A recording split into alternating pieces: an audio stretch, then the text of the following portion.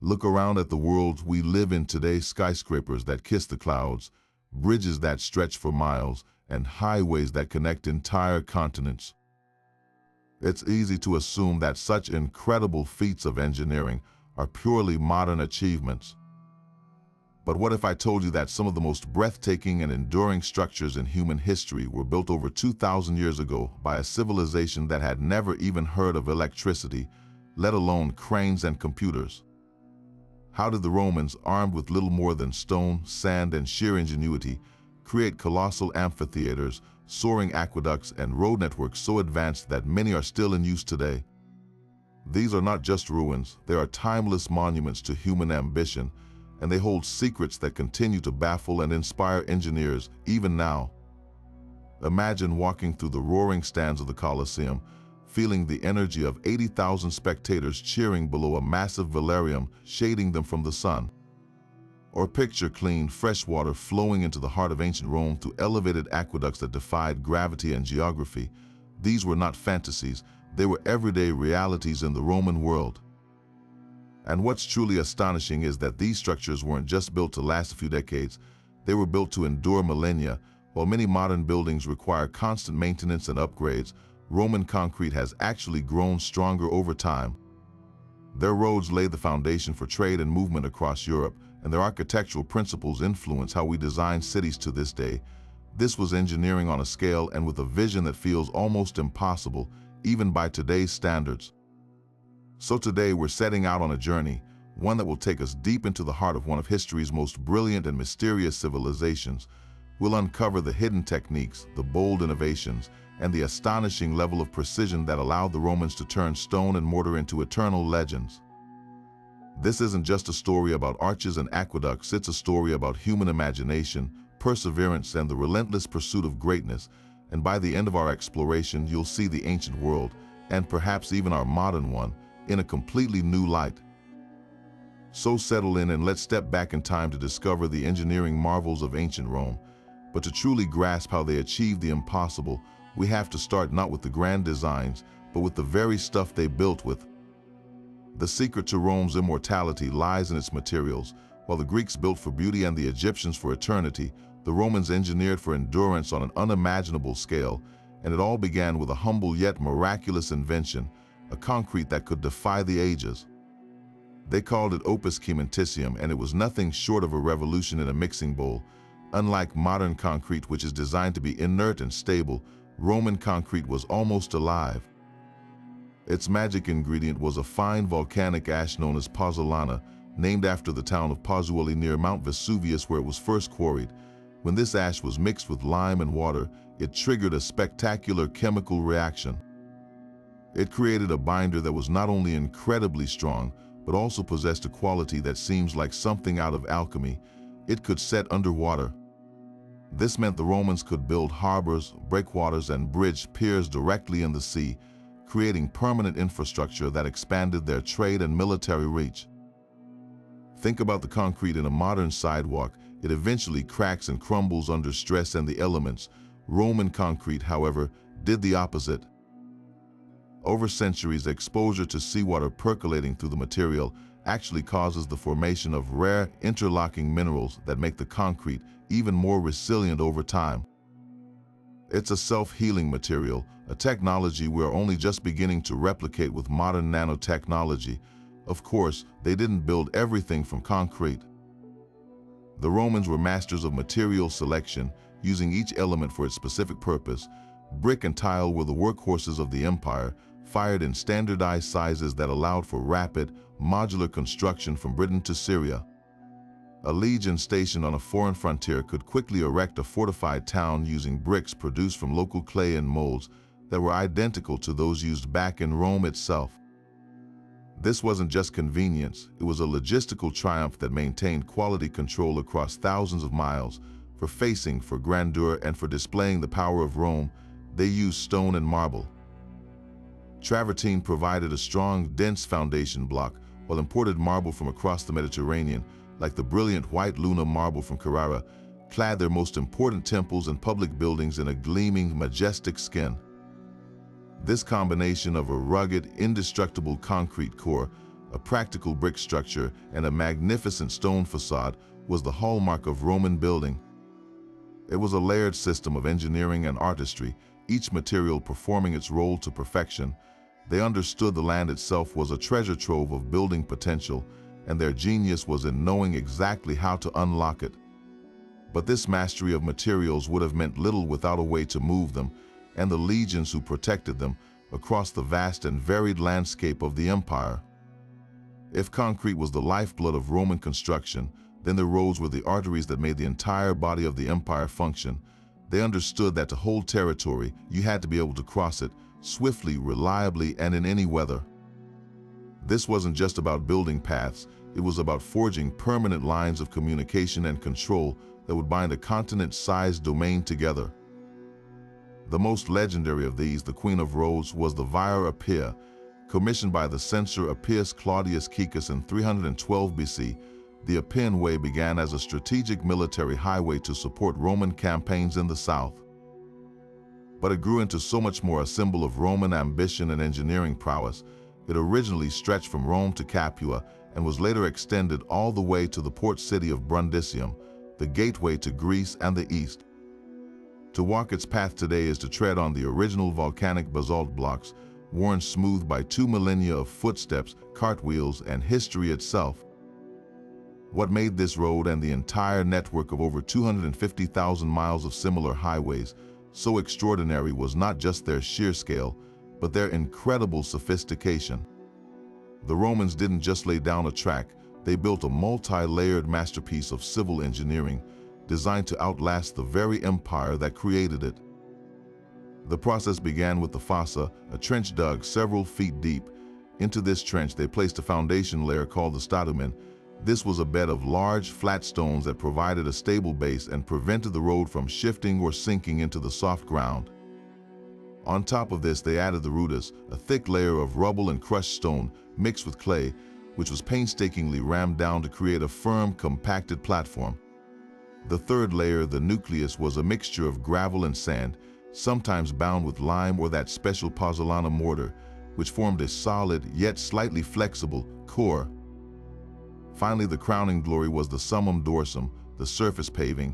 This was typically made of large, interlocking polygonal blocks of hard stone like basalt or flint, expertly fitted together to create a virtually seamless and incredibly durable surface. But the genius didn't stop with the layers. The road was never flat. It was built with a slight convex camber, a gentle curve that rose to a center crown. This brilliant feature allowed rainwater to run off quickly into drainage ditches that ran along either side, preventing water from pooling and eroding the foundation. A simple yet devastatingly effective solution that is still used in road construction today. The impact of this network was profound and immediate. For the military, it meant legions could march at an astonishing pace, up to 25 miles a day in full kit, and be rapidly deployed to any trouble spot on the frontier. Messengers on horseback, using a system of relay stations, could carry news from one end of the empire to the other in a matter of weeks, an unprecedented speed of communication for the ancient world. For trade, these roads were economic superhighways. Goods, ideas, and cultures flowed along them as freely as soldiers. Wine from Spain, olive oil from North Africa, glass from Syria, and spices from the East all found their way into Roman markets and homes, fueling a complex economy that stretched from Scotland to the Sahara. The roads quite literally paved the way for the spread of Roman law, Latin language, and architectural styles, creating a common cultural fabric that defined Western civilization for centuries. They were the physical internet of the Roman world, a network of stone and purpose that proved to be one of the most enduring legacies of their engineering genius. Yet for all their brilliance on land, the Romans faced an even greater challenge: how to slake the thirst of a metropolis of over 1 million people. The local springs and the Tiber River were hopelessly inadequate, polluted by sewage and industry. The solution was not to find water closer to home, but to bring pure, fresh mountain water to the city from dozens of miles away.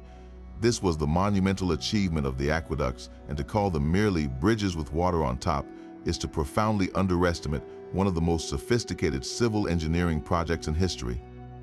An aqueduct was not a single structure, but a complex, integrated system, a serpentine pipeline of stone that conquered geography through sheer intelligence. The core principle was deceptively simple: gravity. The entire system was designed as a continuous, gently sloping channel that started at a spring or river in distant highlands and ended at a distribution tank in the city. But the precision required to make this work was staggering. The gradient, or the slope of the channel, had to be perfectly calibrated. Too steep, and the water would flow with such violent force that it would erode the limestone channels and arrive as a turbulent, frothy mess. Too shallow, and the water would stagnate, becoming a sluggish, algae-filled trickle. Roman engineers achieved a near miraculous balance, maintaining an average drop of just a few inches for every mile of channel. To put that in perspective, over a 10-mile course, the entire system would descend only about the height of a single step. Achieving this minuscule, consistent slope across vast distances of rolling countryside, through hills and across valleys, required an almost supernatural skill in surveying. They used an instrument called a chorobates, a massive 20-foot-long wooden frame with water levels and plumb bobs, to measure these infinitesimal changes in elevation across the landscape. It was a triumph of patience and precision that ensured a steady, manageable flow of life-giving water. Of course, the terrain was never this obligingly flat. When the path encountered a hill, the Romans didn't go over it or around it. They went straight through it, carving massive tunnels that could stretch for miles. When they reached a valley, they didn't divert the course. They built soaring bridges to carry the water channel across the gap, maintaining that crucial, unbroken gradient. This is where we see the most iconic images of Roman aqueducts, the endless arcades of stone arches marching across the European countryside, and the finest example of this bridge-building artistry is undoubtedly the Pont du Gard in southern France. Part of a 31-mile-long aqueduct supplying the city of Nemesis, now Nimes, the Pont du Gard is a masterpiece of layered engineering. It stands 160 feet tall and is constructed in 3 tiers of arches, each serving a distinct purpose. The bottom tier, with its 6 massive arches, supports the road bridge that crosses the river. The middle tier, with 11 slightly narrower arches, provides the structural strength to carry the immense weight above. And the top tier, with 35 small arches, houses the water channel itself. The most astonishing detail: the entire structure was built without a single drop of mortar. The stone blocks, some weighing up to 6 tons, were so precisely cut that they fit together perfectly, held in place only by friction and the genius of their design. The aqueduct delivered over 40 million gallons of water a day to the city's fountains, baths, and private homes, a testament to a system that transformed urban life. It wasn't just about hydration, it was about public health, sanitation, luxury, and the sheer, awe-inspiring display of a power so great it could command rivers to flow through stone and defy the very landscape. And yet, for all the logistical might displayed in their roads and the hydraulic genius of their aqueducts, perhaps no single structure captures the totality of Roman engineering ambition like the Flavian Amphitheater, better known to the world as the Colosseum. If the aqueducts were the lifeblood of the city, this was its beating heart, a monumental stage for spectacle and a breathtaking display of architectural power. To construct an oval bowl capable of seating 80,000 spectators was a challenge of physics and logistics that would be formidable even with modern equipment. The Romans, however, had to rely on geometry, muscle, and an unparalleled understanding of compressive strength. The secret to its stability and its soaring form lies in its repetitive, genius use of the arch and the vault. The entire facade is a lesson in efficient design. You see those 3 tiers of arches, they're not just for show, they are the building skeleton. Each arch efficiently channels the immense weight of the structure down through its piers and into the ground, eliminating the need for solid, heavy walls that would have required an unimaginable amount of material and made the interior feel dark and claustrophobic. Instead, the use of arches created a structure that was both incredibly strong and surprisingly open, allowing crowds to flow freely through the arcades. But the real magic happens inside. Supporting the step seating are massive radial walls, like spokes on a wheel, that spread out from the central arena. These walls are connected by a complex web of barrel vaults and groin vaults, essentially arches extended into 3 dimensions. This created a multi-story network of robust, interconnected passageways and staircases that could funnel tens of thousands of people to their seats in a matter of minutes, a crowd management system so effective that modern stadium designers still study it today. The entire structure was a shell of stone and Roman concrete, a masterpiece of calculated weight distribution that has withstood earthquakes, fires, and centuries of stone robbing. But the engineering marvels of the Colosseum weren't just what everyone could see rising toward the sky. They were also hidden deep beneath the sand of the arena floor. This was the hypogeum, a Spanish word meaning underground, and it was a dark, bustling world of its own. In its complete form, it was a two-level subterranean labyrinth of tunnels, chambers, and ramps, lit by flickering torches and filled with the sounds of caged animals, clanking metal, and stagehands. This was the backstage for the most elaborate productions in the ancient world. Cages held everything from lions and tigers to bears and exotic creatures imported from the farthest reaches of the empire. Trapdoors in the arena floor, hidden by removable wooden covers and a layer of sand, could suddenly open to release a predator into the midst of a gladiator.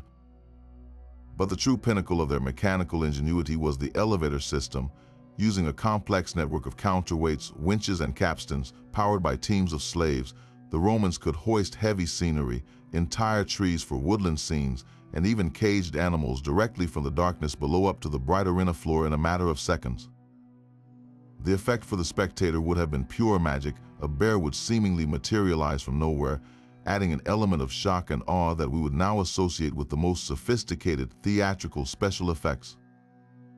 This intricate underground world transformed the games from simple battles into narrative-driven spectacles. Elaborate mock hunts could depict forests suddenly sprouting from the floor, or naval battles could be staged by flooding the arena, with the hypogeum's drainage systems first filling it and then emptying it away. It was a machine for putting on a show, a testament to a civilization that applied the same rigorous engineering principles to entertainment as it did to conquest and infrastructure. The Colosseum was far more than a brutal venue. It was the ultimate expression of Roman technical prowess, a seamless fusion of architectural grandeur and mechanical innovation designed to demonstrate, beyond any doubt, that Rome could not only build for eternity, but could also command the very elements of nature for its amusement. While the Colosseum showcased Rome's power over earth and spectacle, another building reached for the very heavens themselves, creating a space that was less a structure and more a captured piece of the sky. This is the Pantheon, a temple to all the gods that remains one of the most perfectly preserved and architecturally sublime buildings from the ancient world. Its exterior is imposing, a grand portico of massive granite columns leading into a surprisingly unadorned cylindrical drum, but to step across that threshold is to experience one of the most profound moments in architecture. The immense soaring space inside feels less like a building and more like a divine geometrical proof, a perfect sphere of air and light encased in brick and concrete. And hovering over it all is the reason for that feeling, the breathtaking dome. To this day, nearly 2,000 years after its completion under Emperor Hadrian around 126 AD, the Pantheon's dome holds a record that may never be broken. It is the world's largest unreinforced concrete dome. Its diameter is a perfect 142 feet, and it rises to the same height, meaning a perfect sphere could fit exactly inside the building. This scale was so audacious that it would not be surpassed until the Renaissance, and its construction techniques remain a subject of awe and intense study. The Romans couldn't just pour a mountain of concrete and hope it stayed up. They had to outsmart gravity itself. Their first ingenious trick was in the very recipe of the concrete. As the dome rises, the mixture of the concrete changes. At the very bottom of the dome, where the stresses are the greatest, the builders used a heavy, robust aggregate, chunks of travertine and limestone, to provide immense compressive strength. As the walls curved inward and upward, they gradually lightened the load. They switched to lighter aggregates like terracotta tiles and volcanic tuff. And at the very top, surrounding the famous oculus, the concrete is made with the lightest material of all, porous, frothy pumice stone. This wasn't a random choice. It was a calculated, graduated system to ensure the structure's weight was optimally distributed, placing the heaviest materials where they were most needed and the lightest where they would cause the least stress. The second masterstroke in their weight-saving plan is the ceiling itself. Look up and you'll see it isn't a smooth, solid surface. It's covered in a pattern of 28 recessed square indentations known as coffers. While these add a beautiful, rhythmic depth to the design, they are far more than decorative. Each coffer effectively removes a cube of heavy concrete and stone from the dome without compromising its structural integrity. Think of it like carving holes in a strong but heavy beam. You maintain the beam's strength while dramatically reducing its weight. The coffering, combined with the graduated concrete, stripped away thousands of tons of unnecessary mass, allowing the dome to achieve its impossible-seeming span.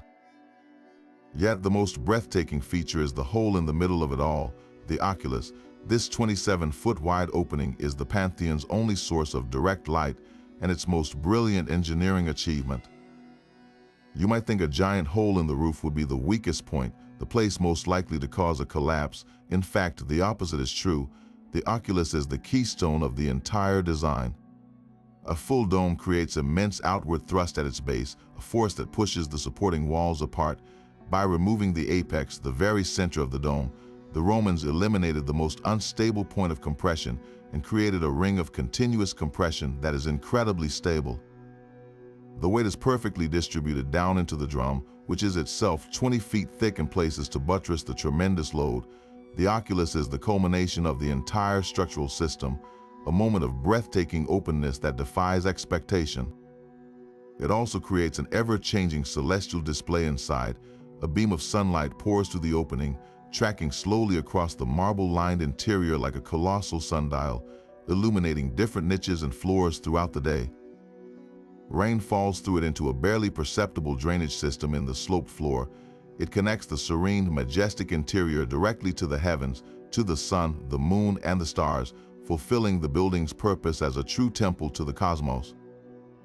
It stands as a silent, enduring testament to a level of engineering intuition that borders on the mystical, a building that understands the laws of nature so completely it seems to transcend them. Yet for all the grandeur of temples and amphitheaters, the true pulse of Roman daily life, the place where engineering served society in its most intimate and essential form, was found in the vast, steamy, and bustling complexes known as the public baths. These were not merely places to get clean. They were the ancient equivalent of modern community centers, gyms, libraries, and social clubs, all rolled into one breathtakingly engineered package. They were the ultimate expression of Romanitas, the Roman way of life where citizens of all classes could gather, converse, exercise, and indulge, all made possible by a hidden world of technological innovation that we are only now beginning to fully appreciate. And the absolute pinnacle of this achievement was the Baths of Caracalla, a sprawling palace of public luxury that covered over 30 acres and could accommodate more than 1,600 bathers at a time. To keep such a colossal complex functioning, especially its massive pools and hot rooms, required a thermal engineering solution as brilliant as the aqueducts that fed it. The sheer volume of water needed was staggering, supplied by a dedicated branch of the Aqua Marcia aqueduct, but the real challenge wasn't just delivering cold water, it was heating it on an industrial scale and maintaining that heat within vast cavernous rooms. The Romans solved this with one of their most ingenious and widespread inventions, the hypocaust system. The principle was elegant. The entire floor of a hot room, or caldarium, was raised off the ground by a forest of short, robust brick pillars, creating a hollow space or plenum beneath it. In an adjoining service room, a massive furnace, constantly stoked by slaves with enormous quantities of wood, would generate a raging fire. The hot gases and smoke from this furnace were not allowed to escape up a chimney. Instead, they were forced to travel through this underground labyrinth of pillars, effectively turning the entire subfloor into a giant radiator. The heat would soak into the thick concrete floor, which was often topped with a layer of mosaics that would become wonderfully warm to the bare foot. But the genius didn't stop at the floor. The heat needed to rise, and the Romans ensured it did so by weaving a network of hollow rectangular clay tubes, called tubuli, into the walls themselves. These tubes acted as flues, channeling the hot air from the hypocaust chamber up through the walls and finally out through vents in the ceiling.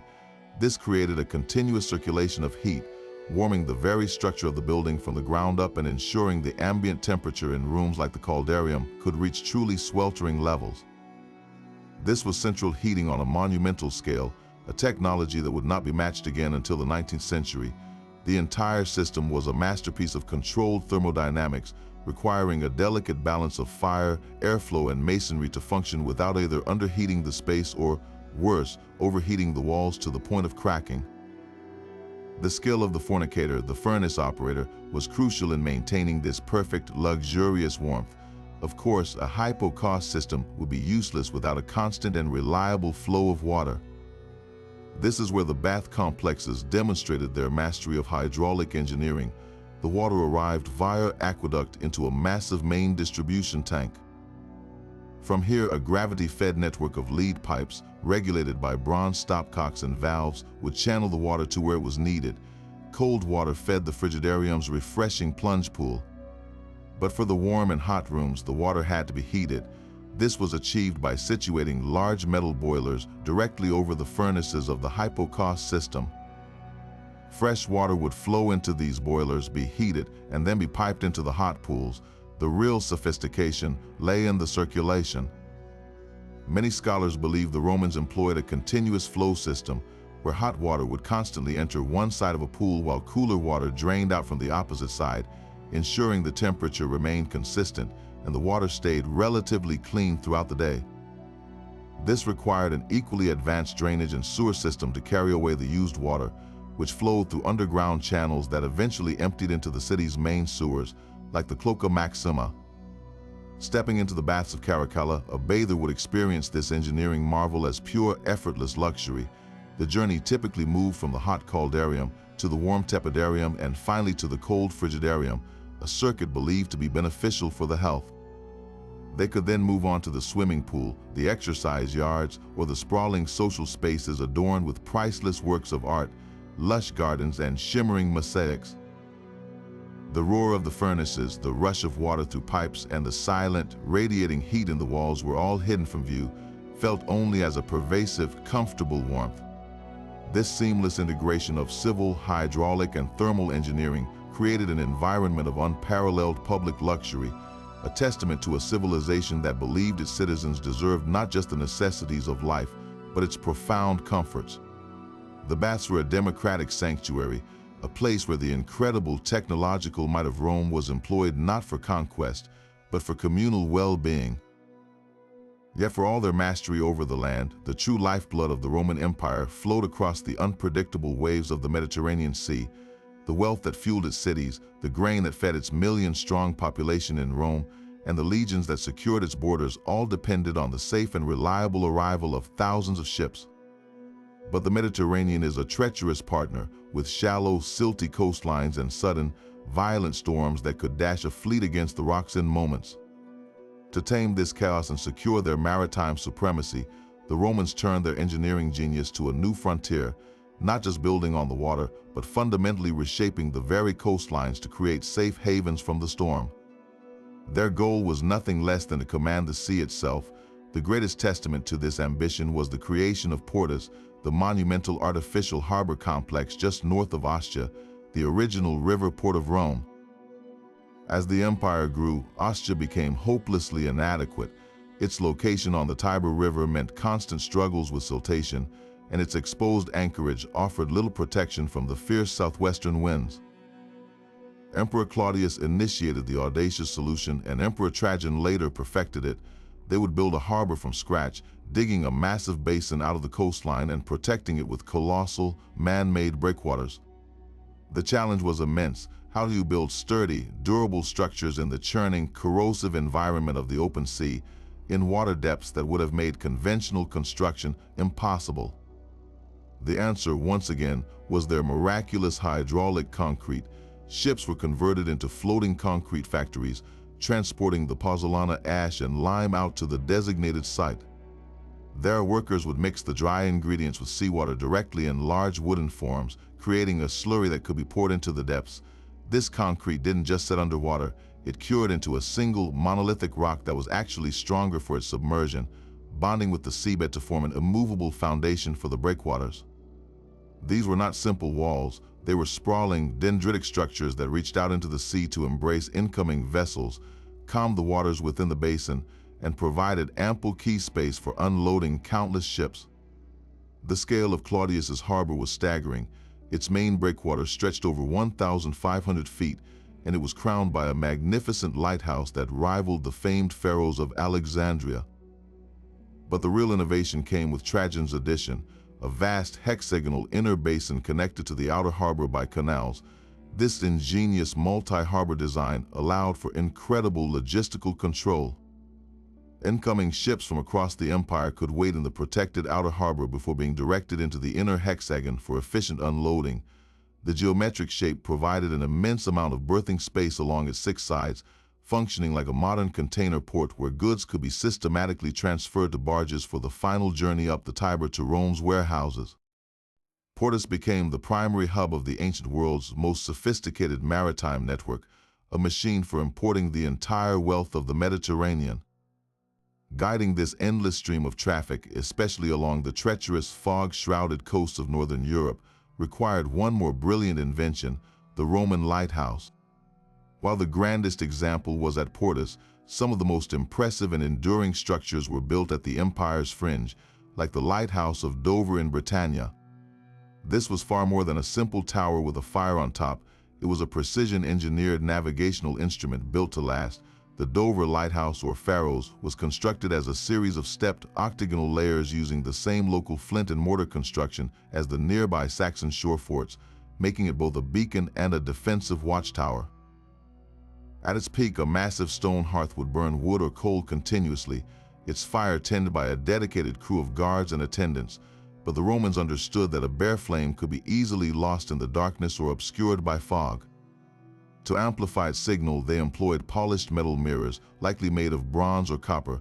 These were not just for reflection, they were arranged to act as a primitive but effective projector, focusing the diffused light of the open fire into a directed beam that could be seen far out to sea. This transformed the lighthouse from a mere marker into an active guidance system. Sailors could now not only know they were approaching land, but could accurately identify their position and locate the safe entrance to a harbor like Dubris, the Roman port at Dover. This combination of robust harbor engineering and reliable lighthouse networks drastically reduced the risks of maritime travel. It ensured that the vital grain shipments from Egypt and Africa, the marble from Greece, and the troops from Syria could all reach their destinations with a regularity that was previously unimaginable. By mastering the Mediterranean, the Romans didn't just build an empire, they built the first truly globalized economy, connecting 3 continents with a web of trade and transportation that would not be seen again for over 1,000 years. But these lifelines of sea and river would have been useless if the Romans could not cross the final, most fundamental barrier of all, the rushing, unpredictable rivers that cut across their empire. To truly connect their world, they had to conquer these waterways not with temporary wooden structures, but with permanent monuments of stone that would stand as defiantly against the current as their legions did against their enemies. This final triumph of civil engineering gave rise to some of the most breathtaking and resilient structures ever built, the Roman stone bridge. Perhaps no single bridge embodies this spirit of defiance and durability more completely than the Alcantara Bridge in Spain. Its very name comes from the Arabic for the bridge, a testament to its unchallenged supremacy for centuries. Built over the Tagus River around 106 AD by the architect Gaius Julius Lacer, it was a project commissioned by the Emperor Trajan to solidify the vital highway connecting Spanish territories. To approach it is to witness raw architectural power. It stands 200 feet above the river, a stark, majestic series of 6 granite arches marching across the gorge.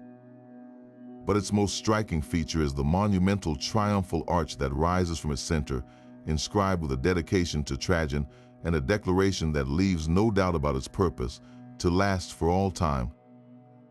This was no idle boast. While later bridges have been damaged and repaired, the core Roman structure of Alcantara has endured for nearly 2,000 years, surviving wars, floods, and the relentless flow of time itself. Such permanence could only be achieved by starting where no one could see, deep below the water's surface. The first and most Herculean task was to create a stable foundation on the riverbed, a process that required them to temporarily hold back the river itself. Their tool for this was the cofferdam. Roman engineers would drive 2 concentric circles of sharpened wooden piles into the river bottom. The narrow space between these 2 walls was then packed tightly with clay, creating a watertight enclosure. Using a massive water-lifting device called a tympanum, a water wheel with compartmented buckets, they would then laboriously drain the water from inside this sealed ring. This revealed the muddy riverbed, which could then be excavated down to the solid rock beneath. It was a grueling, dangerous process conducted in a cramped, damp pit, constantly under threat from the pressure of the river outside. Once a firm foundation was reached, they could begin building the bridge pier directly on the bedrock, using their toughest pozzolana concrete to form an indestructible base. This method of creating a dry work site in the middle of a flowing river was a staggering feat of hydraulic engineering that wouldn't be surpassed for over 1,000 years. With the foundation secured, the true artistry began above the waterline. Each massive block of granite for the arches was cut with astonishing precision. The Romans used bronze saws coated with abrasive sand and water to slowly slice the stone, ensuring each face was perfectly flat and each angle exact. This precision was not for aesthetics alone, it was absolutely critical for the structural principle that made the entire bridge possible.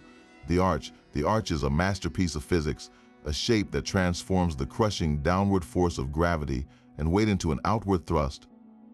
Each wedge-shaped stone, called a voussoir, presses against its neighbors, channeling the immense load sideways along the curve of the arch and down into the heavy, reinforced piers. The central topmost stone, the keystone, is the final piece that locks all the others into place, making the entire structure self-supporting and incredibly strong. The wider the river, the wider the arch span had to be, which increased this outward thrust. This is why Roman bridges like Alcantara have such massive, sturdy piers. They are not just supports, they are immense counterweights designed to absorb and resist that lateral force, anchoring the entire structure firmly to the earth. The result was a structure in perfect dialogue with the forces of nature. The streamlined arch design offered minimal resistance to floodwaters, allowing debris to flow through rather than pile up against solid walls. The precision of the stonework, often set without mortar, created a monolithic entity that could flex slightly under stress without cracking. When you look at the Alcantara Bridge, you are not just looking at a means to cross a river. You are looking at a permanent equation carved in stone, a perfect balance of weight and counter-thrust, of solidity and grace. It is the ultimate symbol of Roman engineering, a perfect marriage of ruthless practicality and awe-inspiring ambition, built not just for their time but for all time. Yet for all their practical mastery in conquering rivers and seas, the Romans possessed another, equally profound form of engineering genius, one that used stone not to carry water or legions, but to carry meaning.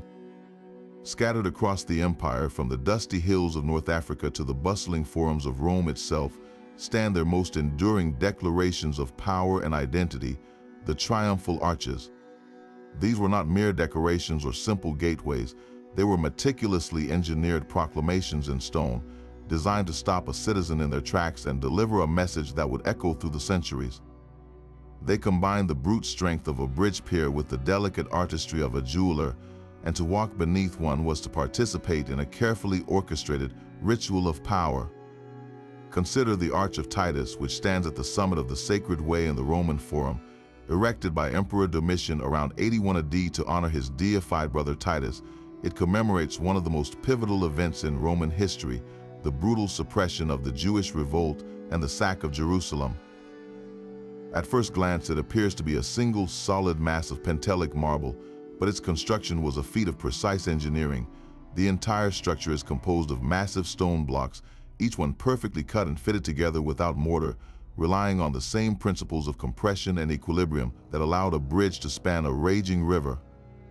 The central passageway is in fact a beautifully engineered archway, with each voussoir, each wedge-shaped stone, meticulously carved to channel the immense weight of the superstructure down through the piers and into the ground.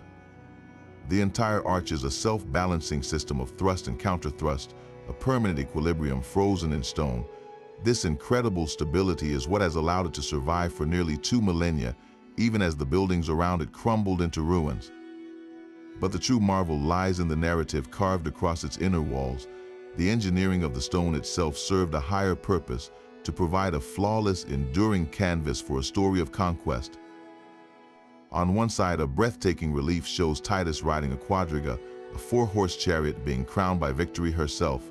On the other, we see the triumphant Roman legions parading through the streets of Rome with the spoils of war, including the sacred menorah and other treasures plundered from the Temple of Jerusalem.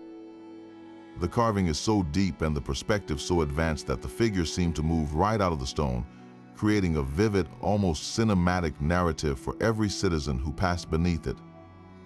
The arch was not a passive monument, it was an active participant in the life of the city. A returning general leading a victory procession would have passed directly through this sacred gateway, literally stepping into the carved depiction of triumph, blurring the line between the present celebration and the eternal glory memorialized in the stone. It was engineered theater, designed to overwhelm the senses and cement the authority of the emperor into the very consciousness of the people. This fusion of structural genius and political messaging reached its absolute zenith nearly 250 years later with the colossal Arch of Constantine, situated strategically between the Colosseum and the Palatine Hill. Built in 315 AD to celebrate Constantine's victory at the Battle of the Milvian Bridge, this arch is a masterclass in both engineering and propaganda on a monumental scale.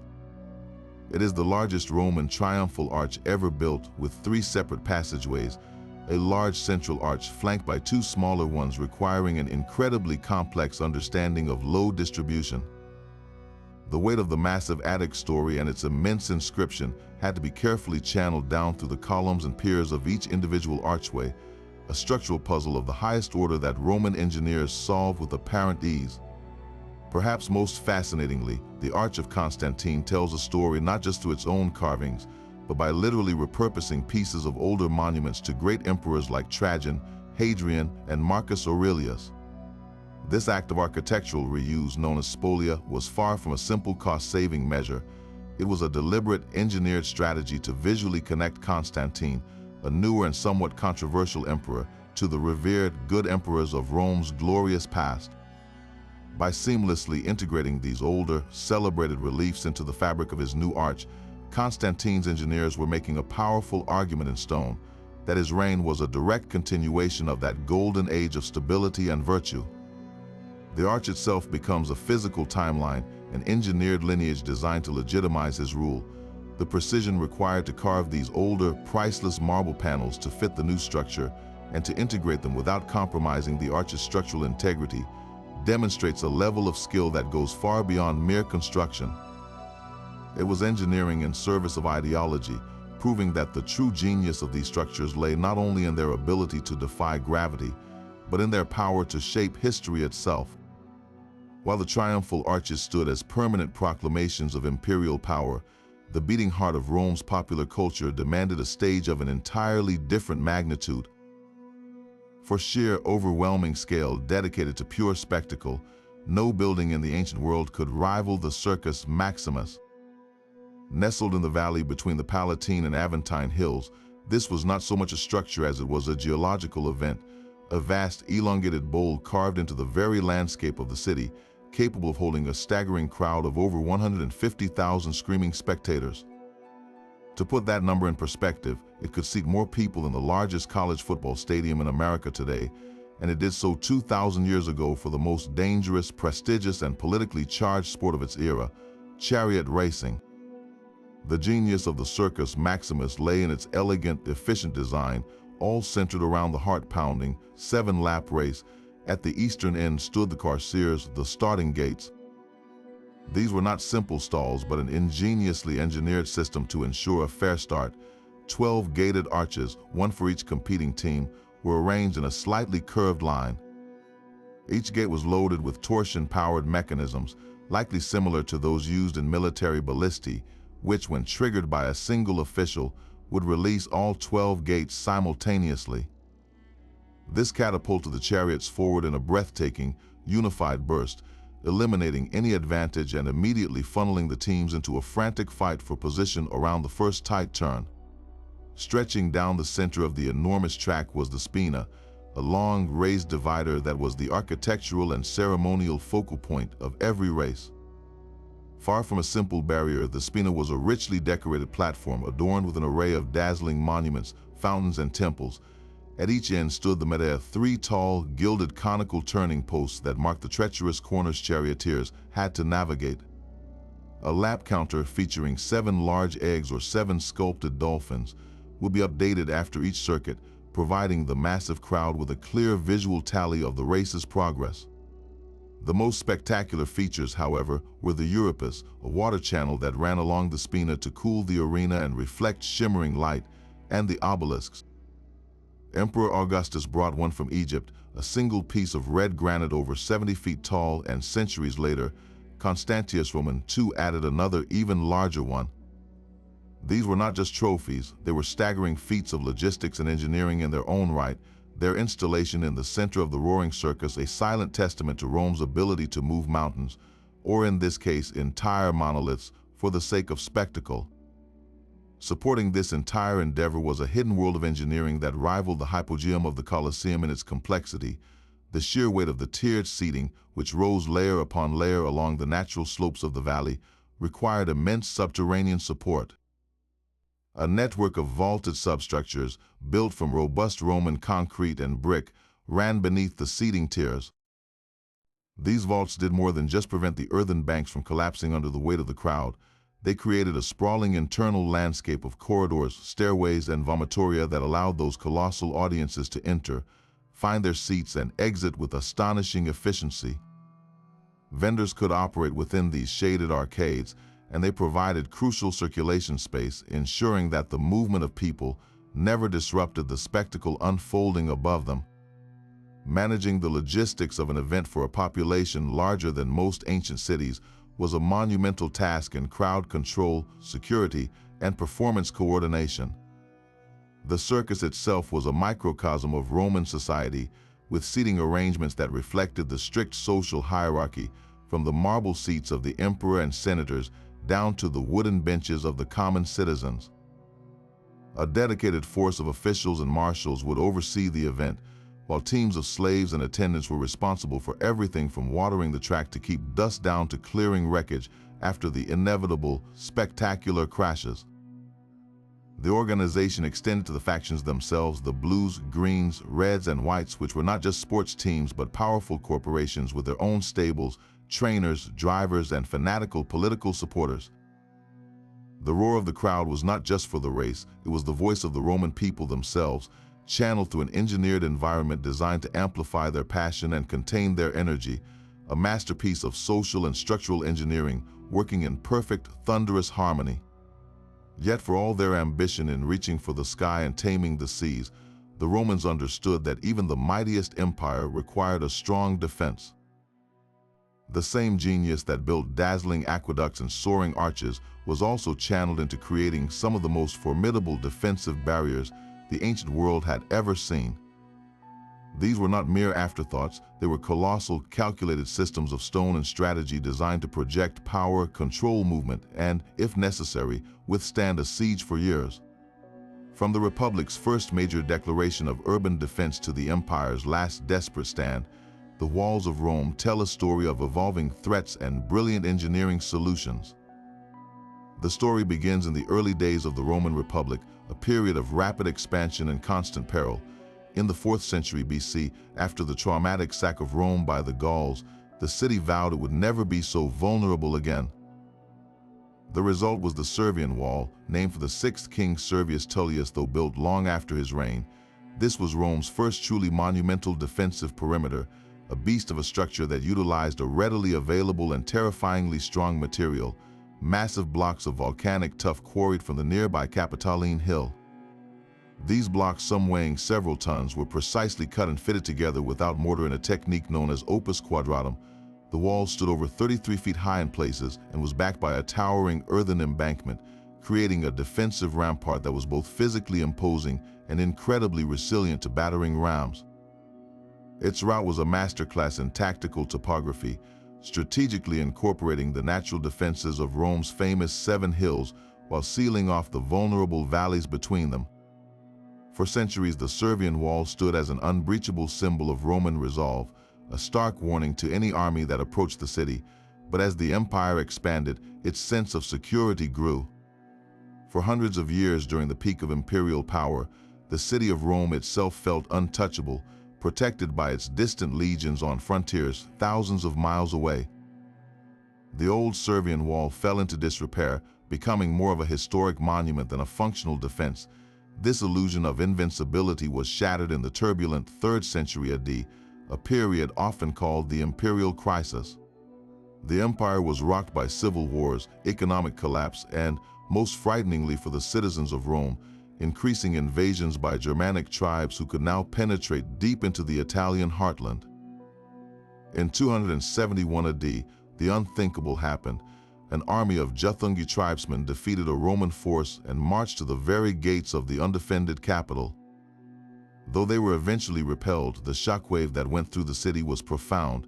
Emperor Aurelian knew immediate, drastic action was required. He initiated one of the most colossal public works projects in Roman history, the construction of a new, larger, and far more advanced wall to protect his terrified people. The Aurelian walls were born from necessity, a frantic race against time to encircle a metropolis that had long forgotten the meaning of fear. What they accomplished in just 5 years was nothing short of miraculous. The new circuit stretched for 12 miles, completely encompassing the 7 hills and all of the city's sprawling suburbs that had grown beyond the old Servian line. To build something so vast so quickly, the engineers employed a brilliantly efficient method. The core of the wall was made of poured Roman concrete, a quick-setting mixture of lime, sand, and rubble that could be laid down by crews working simultaneously on different sections. This concrete core was then faced with brick, which was not only readily available from the many brickyards around Rome, but also provided a smooth, durable surface that was difficult for siege engines to grip or scale. This brick-facing technique became the defining visual characteristic of late Roman military architecture, but the true engineering genius of the Aurelian walls lay in their integration of pre-existing structures. To save time and materials, the builders didn't hesitate to incorporate anything strong that stood in their path. Amphitheaters like the castrents and even sections of the aqueducts were seamlessly built into the wall's fabric, their robust outer walls becoming part of the defensive perimeter. This pragmatic approach turned the city's own infrastructure into its armor. The wall was far more than a simple barrier, it was a multi-layered killing zone. Its average height was an intimidating 26 feet, and it was thick enough for soldiers to patrol on the wide walkway atop the battlements. But the key to its defense was the strategic placement of 381 towers. These square towers were spaced at intervals of 100 Roman feet, about 97 modern feet, and projected outward from the wall. This placement was a masterstroke of military geometry. It allowed defenders to unleash a devastating crossfire of arrows, javelins, and artillery from the towers onto any enemy force that tried to assault the wall itself, subjecting them to a lethal hail of projectiles from 3 sides. Each tower essentially functioned as a strong point, a miniature fort that could be defended independently, even if the wall sections on either side were compromised. The gates were perhaps the most complex elements, true architectural choke points designed to confuse and slow an attacker. Major gates like the Via Appia were often double portaled, defended by towering twin towers, and sometimes featured an inner courtyard that could become a death trap for any enemy lucky enough to break through the first door, only to find themselves surrounded by walls and exposed to missiles from all sides. For the next 200 years, the Aurelian walls stood as the guarantor of Rome's security. They were later heightened and reinforced by the emperors Maxentius and Honorius, who doubled their height and added elaborate artillery platforms in response to ever more sophisticated siege technology. These walls were never intended to be garrisoned by a large standing army. Their power was psychological as much as physical. They were a statement, a declaration that Rome would no longer be an open target. They deterred attack, controlled the flow of people and goods into the city, and allowed a relatively small force of defenders to hold off a vastly larger enemy. Long after the Western Empire had faded, the walls remained. They repulsed Ostrogoth, Lombard, and even Gothic invasions, and their enduring strength was such that they formed the core of Rome's defenses well into the Renaissance. They stand today not as ruins, but as a continuous breathing part of the modern city, the most striking and poignant symbol of an empire that ultimately turned its engineering prowess inward, building a final, eternal shield to protect its own heart. But for all its grandeur above ground, the true measure of a civilization's genius is often found in what it chooses to hide beneath its feet. While the aqueducts brought fresh, clean water into the heart of Rome, a different kind of engineering marvel was tasked with the far less glamorous yet equally vital job of carrying the city's waste away. This was the Cloaca Maxima, the greatest sewer, a subterranean wonder that transformed a disease-ridden settlement into a hygienic metropolis and demonstrated a profound Roman understanding of the link between public health and engineering. Its story begins not with a grand design for sanitation, but with a much more practical need to literally drain the swamp. In the earliest days of Rome, the low-lying valley between the Palatine, Capitoline, and Esquiline hills was a vast mosquito-infested marshland known as the Velarium. This boggy ground was not only unsuitable for building, but was also a source of foul odors and, almost certainly, waterborne illnesses. In one of their first major acts of large-scale civic engineering, the early Romans, under the direction of the Etruscan kings around 600 BC, decided to tackle this problem head-on. Their initial solution was astonishingly ambitious. They channeled the water from several small streams that fed the marsh into a single, massive open-air canal. This canal cut directly through the center of the wetland, draining the stagnant water and funneling it efficiently toward the Tiber River. They lined this great ditch with stone, creating a powerful, permanent watercourse that literally carved out the physical space where the Roman Forum would eventually rise. This wasn't yet a sewer, it was a monumental land reclamation project that laid the very groundwork for the city's future center. As Rome grew from a small town into a dense, sprawling capital, the function of the Cloaca Maxima evolved to meet new and more complex challenges. The open canal that once carried only spring water and runoff now had to handle the waste of over 1 million people. The solution was both practical and revolutionary.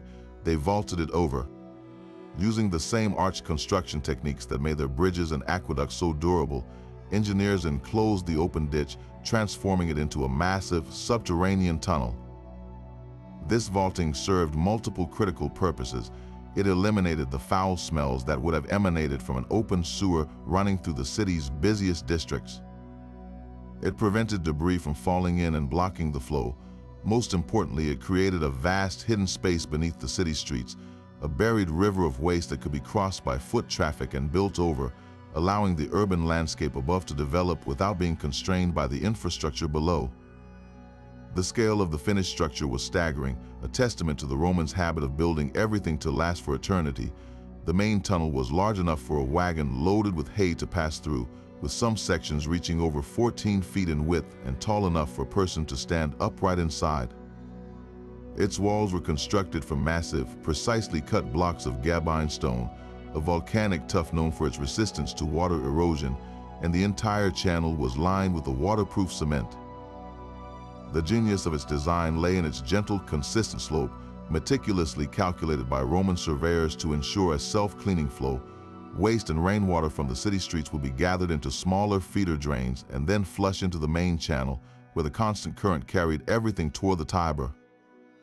This wasn't a passive system, it was an active flowing waterway that used gravity to keep itself clean. Maintenance access points were strategically placed along its route, allowing teams of workers to enter and clear any potential blockages, ensuring the entire system continued to function smoothly for centuries. The impact of this engineering achievement on public health cannot be overstated. In an era when most of the world's cities simply dumped their waste into open pits or streets, leading to rampant cholera, typhoid, and other deadly diseases, Rome enjoyed a remarkably advanced level of sanitation. The Cloaca Maxima efficiently removed human waste and contaminated water from the densely populated city center, preventing it from stagnating and contaminating the drinking water sources.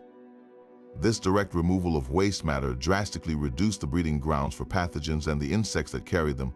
While the Romans may not have understood germ theory, they possessed a clear empirical understanding that foul smells and stagnant water were linked to illness.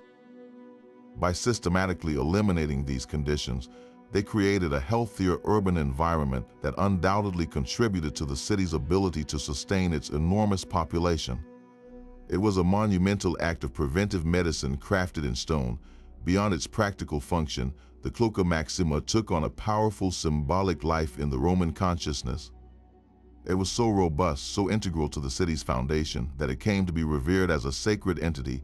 The Romans personified it and even worshipped it, believing a goddess, Colosseum, presided over its function and protected the city from the filth it carried. This wasn't just a sewer, it was a vital organ in the body of Rome, a symbol of the city's power to impose order even on chaos, to civilize the uncivilizable. Its enduring legacy is its greatest testament. Sections of the Cloaca Maxima are still in use today, over 2,500 years after its initial construction, carrying modern Rome's stormwater to the Tiber. It stands as perhaps the most humble yet most profound of the Roman engineering marvels, a silent, eternal guardian of public health that proved true greatness isn't always found in the glorious monuments we see, but often in the essential hidden structures we rely on every day. Getting that mountain water across valleys and into the city was only half the battle. The true test of Roman genius was what happened next, how to fairly and efficiently distribute this liquid lifeblood to every corner of a metropolis teeming with over 1 million people. This was a challenge of logistics and law as much as engineering, and the Romans met it with a system of breathtaking sophistication. At the heart of this hydraulic network, in unassuming buildings across the city, were the critical control centers known as casella, or distribution tanks. Think of the casella as the ancient equivalent of a modern water treatment and distribution plant, though their primary job was division, not purification. The main aqueduct channel would terminate at a massive primary casellum, often located at the city's highest point to maintain gravitational pressure. The most famous example was the Casellum Aquae at the end of the Aqua Marcia, which served as the grand central station for Rome's water. Here, the crystal clear water from the hills would first pour into a large settling tank. This was a moment of crucial respite. The flow would slow down, allowing any fine sediment or impurities picked up during the long journey to settle to the bottom, ensuring only the cleanest water moved forward into the city's veins. From this primary hub, the water would flow into secondary casella situated in various districts. This is where the real magic of distribution happened. Inside these structures, the main flow was divided by a brilliantly simple yet precise system of bronze or terracotta pipes and sluice gates. The front of the tank featured a series of outlet pipes, each calibrated to draw a specific volume of water. These pipes were not all the same size. Their diameters were carefully chosen to allocate water according to a predetermined and legally mandated priority system. The largest pipe would always feed the most critical public need, the countless public fountains that provided free drinking water for the common people. This was a fundamental right of Roman citizenship. Next in line would be the supply for the immense public baths, those engines of social life and hygiene. Then came water for the state buildings, and finally, at the bottom of the priority list and through the smallest pipes, was the supply for the private homes of the wealthy, who had to pay for the privilege and often had their flow regulated by official bronze stamps. This system of calibrated outlets was a masterstroke of hydraulic engineering and social policy combined. It automatically enforced water rights and guaranteed that even in times of lower supply, the most essential public services would receive their share first. The private user might find their trickle reduced to nothing, but the neighborhood fountain would never run dry. It was democracy engineered in lead and bronze. Maintaining this complex city-wide organism required a dedicated corps of highly skilled professionals, the aquarii or water engineers. These were not simple maintenance men. They were respected civil servants, experts in hydraulics, law, and public health. They patrolled the channels both above and below ground, cleaning out silt and debris, repairing cracks in the masonry, and chasing down the ever-present problem of illegal taps. Yes, water theft was a serious issue in ancient Rome, with people often drilling secret pipes into the public conduits to siphon off water for their own private use, a practice the aquarii were constantly vigilant against. Their work was guided by an extensive legal framework, most famously outlined in the work of Sextus Julius Frontinus, who was appointed Rome's water commissioner by the Emperor Nerva. Frontinus wasn't just an administrator, he was an engineer and a meticulous record keeper. He left behind detailed writings expressing his frustration with the corruption and inefficiency he found, and his pride in the system he helped perfect. He documented the flow rates of each aqueduct, the legal obligations for maintenance, and the penalties for water theft. Under his management, the aquarii became a well-organized force, ensuring that the steady, life-sustaining flow from the mountains continued uninterrupted, day and night. This seamless integration of gravity-fed engineering, prioritized distribution, and organized civic management allowed Rome to achieve a per capita water supply that rivaled that of many modern cities, turning a logistical nightmare into a triumphant display of civilized life. So what was the secret recipe for this ancient supermaterial? Roman concrete, or opus cementitium, wasn't just a random mixture of sand and rock. It was a meticulously crafted composite, and its phenomenal durability starts with its unique reactive binder. Modern Portland cement, the glue in most concrete today, is produced by superheating limestone and clay to create a highly uniform, but relatively brittle compound. The Roman approach was fundamentally different and, as it turns out, far more sophisticated. Their process began with quicklime, created by roasting limestone in a kiln. But instead of mixing this quicklime with just sand and aggregate, they first combined it with their miracle ingredient, volcanic ash, particularly a type known as pozzolana from the Pozzuoli region. This pozzolana is rich in reactive silica and alumina. When mixed with water and lime, it triggers a pozzolanic reaction, forming a calcium silicate hydride binder that is exceptionally strong and stable. This alone gave Roman concrete a superior resistance to cracking, but the real magic was yet to be discovered.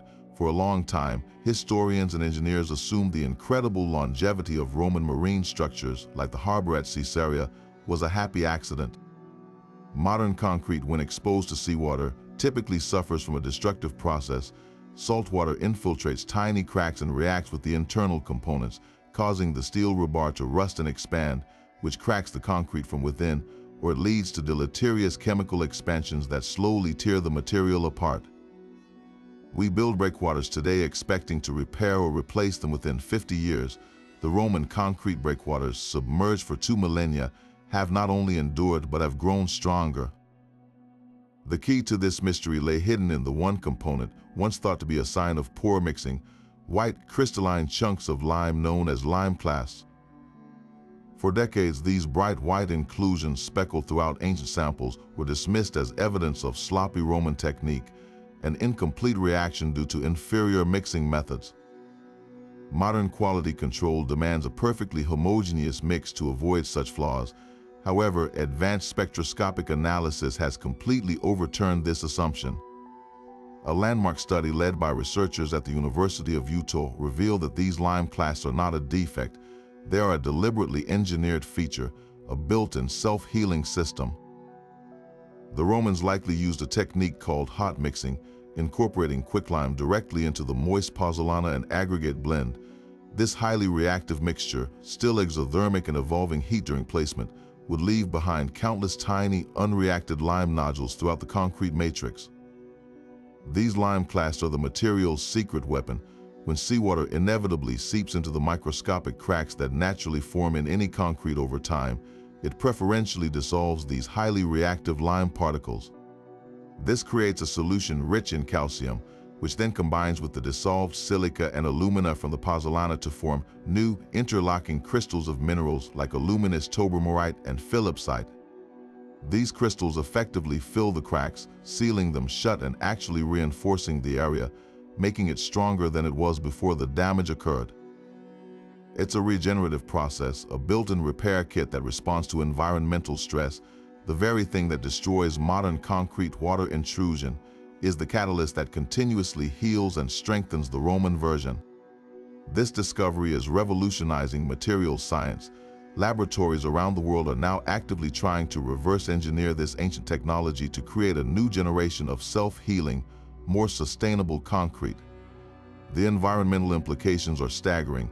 Modern cement production is responsible for about 8% of global carbon dioxide emissions. A concrete that lasts for centuries, not decades, would drastically reduce the need for constant reconstruction, repair, and the associated carbon footprint. The Romans, through a combination of empiricism and brilliant material selection, achieved a level of durability and resilience that our modern industry is only now beginning to comprehend and strive to replicate. Their concrete was not a primitive precursor to our own. In many ways, it was a superior, more intelligent material, designed not just to stand, but to endure, adapt, and heal itself against the relentless passage of time. Yet for all the structural and mechanical genius hidden beneath the arena, Roman engineers also turned their attention to the comfort of the spectators high above. Shielding 80,000 people from the relentless Mediterranean sun was a challenge of enormous scale, and their solution was a marvel of temporary architecture, the Velarium. This was not a simple fixed awning. It was a massive retractable canvas canopy that could be deployed across the entire open top of the Colosseum, casting a life-saving shade over the tiers of seats. Operating this colossal system required a very special set of skills, so much so that the task was entrusted not to ordinary laborers, but to a dedicated detachment of sailors from the imperial fleet stationed at Misenum. These men were chosen for their unparalleled expertise in handling vast sheets of heavy canvas and the complex rigging of ropes and pulleys needed to control them, expertise honed from managing the sails of warships. The mechanics of the Velarium were as ingenious as they were massive. A forest of wooden masts was erected around the top rim of the building, supporting an intricate web of ropes. The heavy canvas sections were attached to this web, and teams of sailors would work in unison, hauling on ropes to extend or retract the canopy like a gigantic sail. The entire system was precisely counterweighted, allowing this enormous cover to be maneuvered with a coordinated effort rather than brute force. From a distance, the deployed Velarium would have looked like a giant, billowing sail floating over the city, a stunning visual symbol of Rome's ability to command not just the sea, but the very sky above its greatest spectacle. It provided a remarkably sophisticated form of climate control, allowing breezes to circulate while blocking the direct scorching heat, ensuring the audience could focus on the games in relative comfort. This temporary roof was a testament to Roman practicality, a monumental achievement in tensile engineering that transformed the experience of attending an event from an act of endurance into one of luxurious leisure. But managing the comfort of the crowd was one thing. Managing the crowd itself was an even greater logistical puzzle. The true masterstroke of the Colosseum's design was its breathtakingly efficient system for moving people. The term we often use for its passages, vomitoria, comes from the Latin word vomer, meaning to spew forth, and it describes their function perfectly. These were not tunnels but vast, barrel-vaulted passageways that radiated out from the arena like spokes on a wheel, slicing directly through the seating tiers. Their design was a direct result of the supportive radial walls that formed the building's skeleton, proving that every structural choice served a dual purpose. Each vomitorium provided direct, unobstructed access to a specific section of seating, and there were 76 of these gates in total. This is where the Roman genius for organization truly shone. Each arch on the exterior of the Colosseum was numbered, and each spectator held a ticket that directed them to a specific arch number, a specific staircase, and a specific wedge-shaped seating section called Aqueducts. This eliminated any confusion or chaotic crowding at the entrances. A citizen would arrive, find their numbered arch, and be funneled efficiently through the cool, shaded vomitorium and up a staircase that led directly to their assigned row. The entire system was designed for one-way traffic flow. Separate, clearly marked passages were used for exit.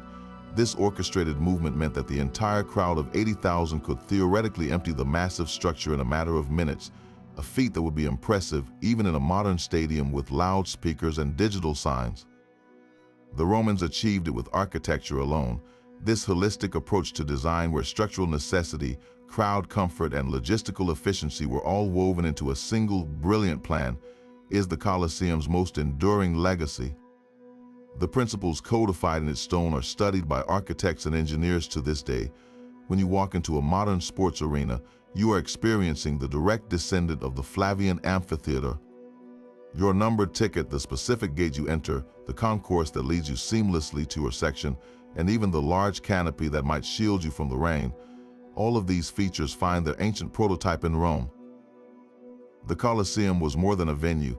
It was a perfectly calibrated machine for human assembly, demonstrating that the highest form of engineering is that which serves people so well it becomes invisible, allowing them to focus entirely on the spectacle before them.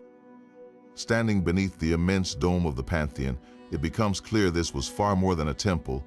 It was a profound philosophical statement carved in stone, a deliberate and breathtaking model of the Roman universe. The structure itself is a cosmological diagram, a perfect sphere of space and light representing the harmonious and geometrically ordered cosmos as the Romans understood it. The circular drum, a symbol of the earthly realm, supports the hemispherical dome, which represents the vault of the heavens themselves. The coffered ceiling, divided into 28 sections, may have symbolized the lunar cycle or the celestial order, while the single open oculus at the apex was the all-seeing eye of the sky god Jupiter, the sole source of illumination and a direct conduit to the divine realm above.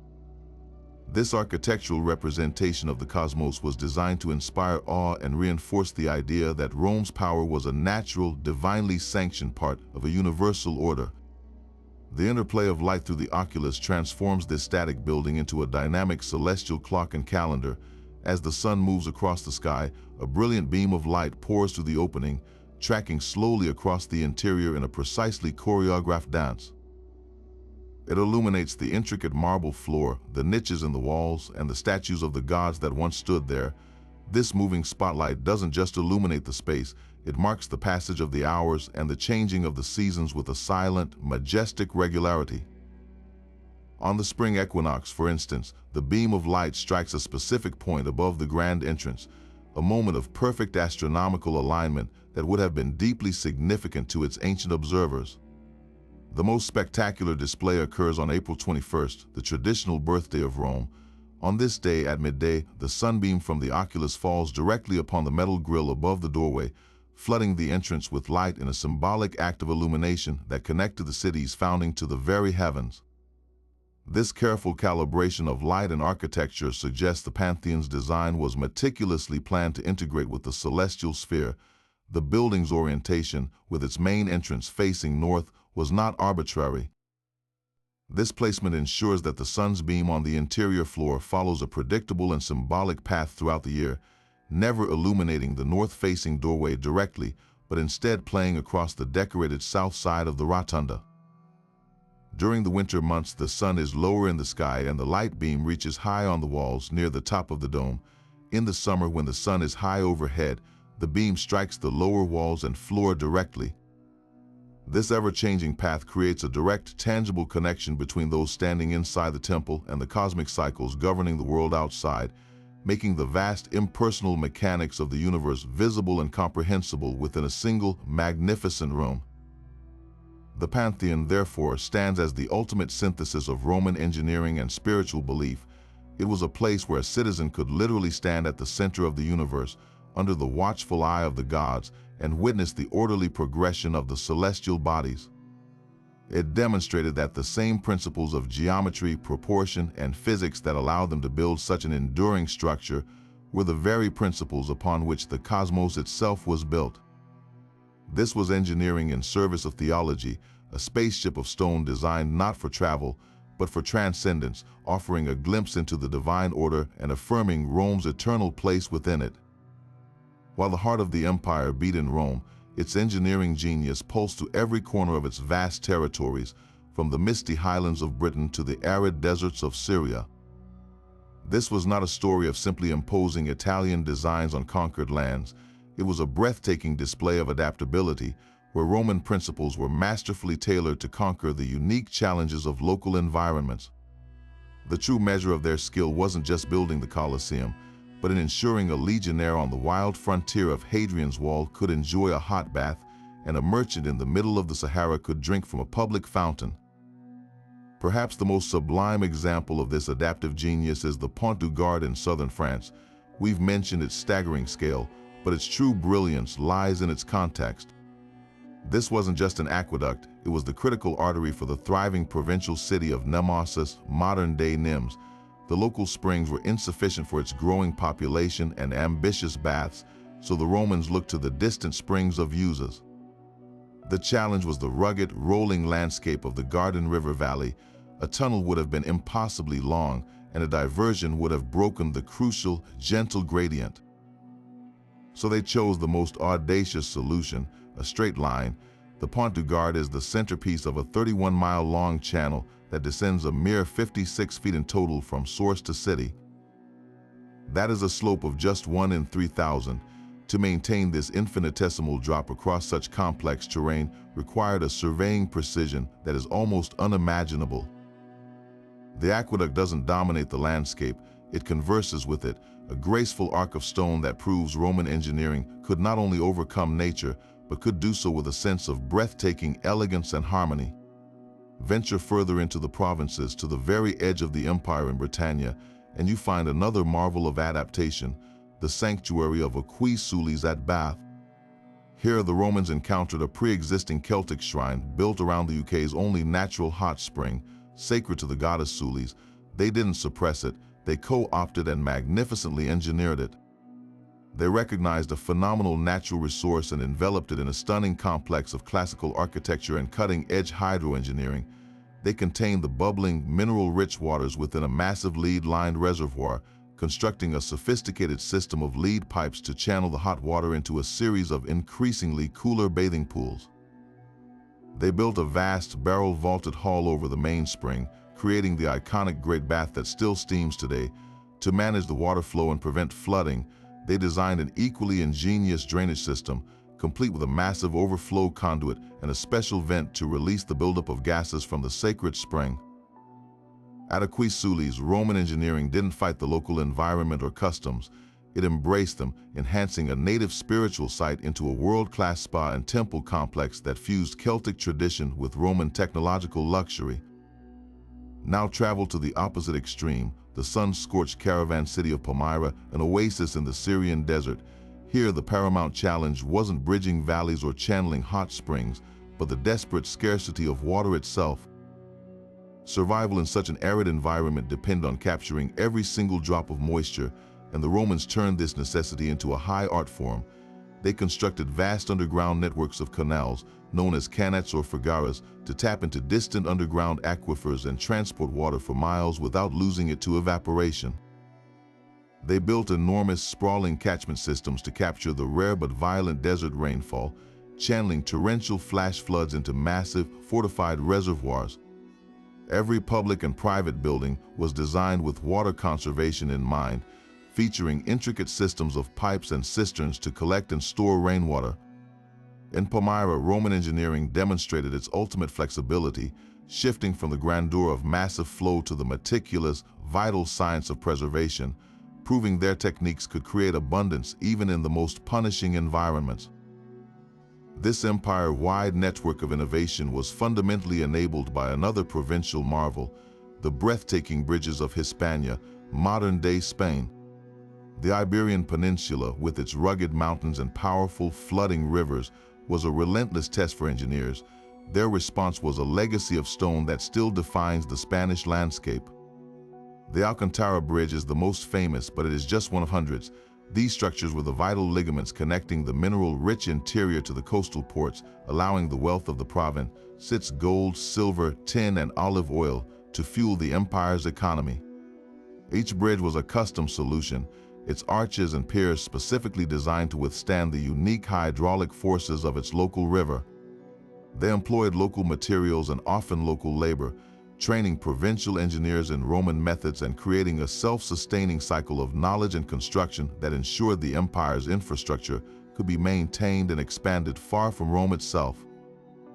These provincial projects were not just copies, they were vibrant, living extensions of Roman ingenuity, proving that the empire's greatest strength was not its ability to impose a single design, but its genius for applying universal principles to create locally brilliant, enduring solutions. Yet for all their brilliance in grand construction and civic planning, the Roman genius for applied physics found its most fearsome and immediate expression in the relentless machinery of war.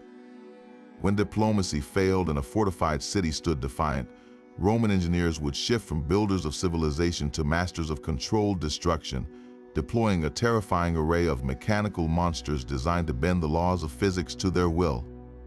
The goal was never mere annihilation, it was the calculated application of overwhelming force to shatter walls, demoralize defenders, and demonstrate the futility of resistance against the empire's inexorable might. At the heart of this arsenal were weapons powered by torsion, a principle that harnessed the incredible energy stored in twisted ropes. The most precise of these was the ballista, a massive hybrid weapon that functioned like a giant crossbow.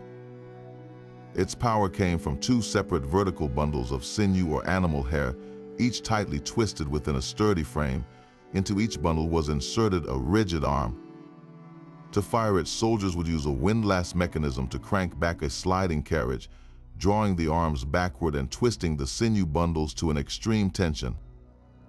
A heavy dart or stone shot was then loaded into the carriage and locked into place.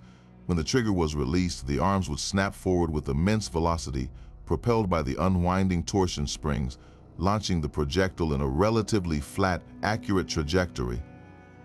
A well-trained ballistic crew could fire heavy bolts with enough force to impale multiple enemy soldiers in a row or accurately target specific sections of a wall or gatehouse from several hundred yards away, making it the sniper rifle of the ancient battlefield.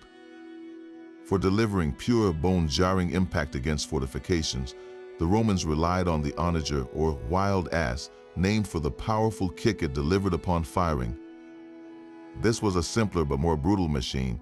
It consisted of a single massive horizontal torsion spring, a huge bundle of twisted sinew mounted in a heavy wooden frame. A single long throwing arm was inserted into the center of this spring. At the end of the arm was a sling that held a large round stone or clay pot filled with incendiary material. To load it, the crew would winch the arm down, compressing the torsion spring to its absolute limit and placing it under catastrophic strain. Upon release, the arm would fly upward in a violent arc until it slammed into a padded crossbeam, which abruptly stopped its motion and hurled the projectile in a high, looping parabolic arc. The onager was not a weapon of precision but of area denial and terror. The thunderous crash of its arm against the beam and the subsequent impact of a 100-pound stone crashing into a city wall or tumbling through its streets were designed to break both masonry and morale. But artillery alone could not win a siege. To breach a city's defenses required getting men right up to its walls, and for this the Romans employed mobile fortresses known as siege towers or helepolis. These were multi-storied wooden giants, sheathed in fire-resistant wet animal hides or raw leather, and mounted on heavy wheels or rollers. Their construction on site was a logistical miracle, requiring vast amounts of timber and the labor of hundreds of soldiers and engineers working under the constant threat of enemy arrows and fire. Inside the tower was a hive of activity with ladders connecting its different levels. The lower floors might house a battering ram, while the upper levels were packed with archers and legionaries who would pour out onto a drawbridge the moment the tower was pushed flush against the enemy's battlements, storming directly onto the wall itself. Moving these colossal structures required immense effort, often over ground that had been carefully leveled by engineers, and their slow, creaking advance was a psychological weapon in itself, a symbol of inevitable conquest. The workhorse of close-quarter siegecraft was the battering ram. The Roman version, the Ares, was far more sophisticated than a simple log carried by men.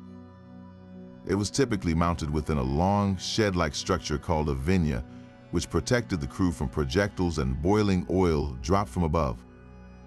The ram itself was often a massive timber with an iron head, sometimes shaped like a ram's head, slung from chains or ropes within the protective shed. This suspension allowed teams of men to swing it back and forth with rhythmic, accumulating force, focusing immense energy on a single point of a gate or wall. The Romans also understood the principles of resonance. By striking the same spot repeatedly with the rhythmic momentum of the heavy ram, they could amplify the destructive effect, causing cracks to spread and masonry to shatter from the sustained, concentrated impact. When direct assault was impractical, Roman ingenuity turned to the earth itself. They became masters of military mining, digging complex tunnels or cuniculi beneath enemy walls. This was a dual-purpose tactic. The first goal was to physically undermine the foundation of a wall or tower. Sappers would dig a tunnel, carefully shoring it up with wooden supports as they went, directly underneath the target structure. Once the excavation was complete, they would fill the chamber with combustible material like dry brush and oil. When set alight, the fire would consume the wooden supports, causing the tunnel to collapse and bringing the section of wall above crashing down into the resulting sinkhole, creating a breach for assault troops. The second, more psychological use of mining was for infiltration. Tunnels could be dug to emerge secretly inside the city or behind its walls, allowing a small force of elite soldiers to appear as if from nowhere, opening gates from within or sowing panic behind the defenders' lines. This underground warfare led to brutal counter-tactics where defenders would dig their own tunnels to intercept the Roman sappers, resulting in frantic, claustrophobic battles fought in pitch darkness deep beneath the ground. The most iconic and backbreaking of all Roman siege works was the construction of a massive assault ramp, or agger. If a city's walls were too strong to breach and its location allowed for it, Roman legions would literally move a mountain to reach their objective. The siege of Masada is the most famous example, where Legiones Fretensis spent months building a gigantic ramp of earth, stones, and timber up the sheer side of the mountain fortress. This was a staggering feat of labor organization and engineering. Thousands of soldiers, working in shifts under the direction of military engineers, would quarry material and carry it forward in an endless human chain, all while under attack from the defenders above. The ramp had to be carefully engineered with a stable gradient that could support the weight of men and siege engines, and it often incorporated timber reinforcement to prevent collapse. The slow, inexorable rise of the agger was the ultimate display of Roman persistence, a physical manifestation of their refusal to be defeated by any obstacle, natural or man-made. It demonstrated that their greatest weapon was not any single machine, but the disciplined, systematic application of engineering principles on a scale that simply overwhelmed their adversaries. Beneath the gleaming marble of the forums and the soaring arches of the aqueducts lay the brutal, hidden engine of the Roman Empire, its mines. This was a world of relentless, backbreaking labor and staggering engineering ambition, where the quest for precious metals drove innovations as profound as any temple or road. To grasp the scale of this endeavor, we must travel to the Rio Tinto region in southwestern Spain, a place the Romans knew as the very heart of their mineral wealth. Here, the landscape itself is still scarred by their industry, a breathtaking testament to their willingness to reshape the earth itself in pursuit of gold, silver, and copper. The initial challenge was one of discovery and exposure. How do you find a rich ore vein buried under countless tons of rock and soil? The Romans developed a remarkably effective, almost violent, method known as hydraulic mining or hushing. This technique showcased their genius for redirecting nature's power to serve their industrial needs. Engineers would first locate a suspected mineral deposit on a hillside. Then they would construct an aqueduct or a series of channels to bring vast quantities of water from a high-elevation reservoir to a point directly above the site. But this was no gentle irrigation system, it was a weapon. They would build a temporary dam to create a large holding pond, and then in a deliberate, controlled act, they would breach it. The result was a catastrophic sudden flash flood. A colossal wave of water would roar down the mountainside, an unstoppable force that would strip away the entire top layer of soil, gravel, and weak bedrock in a matter of minutes.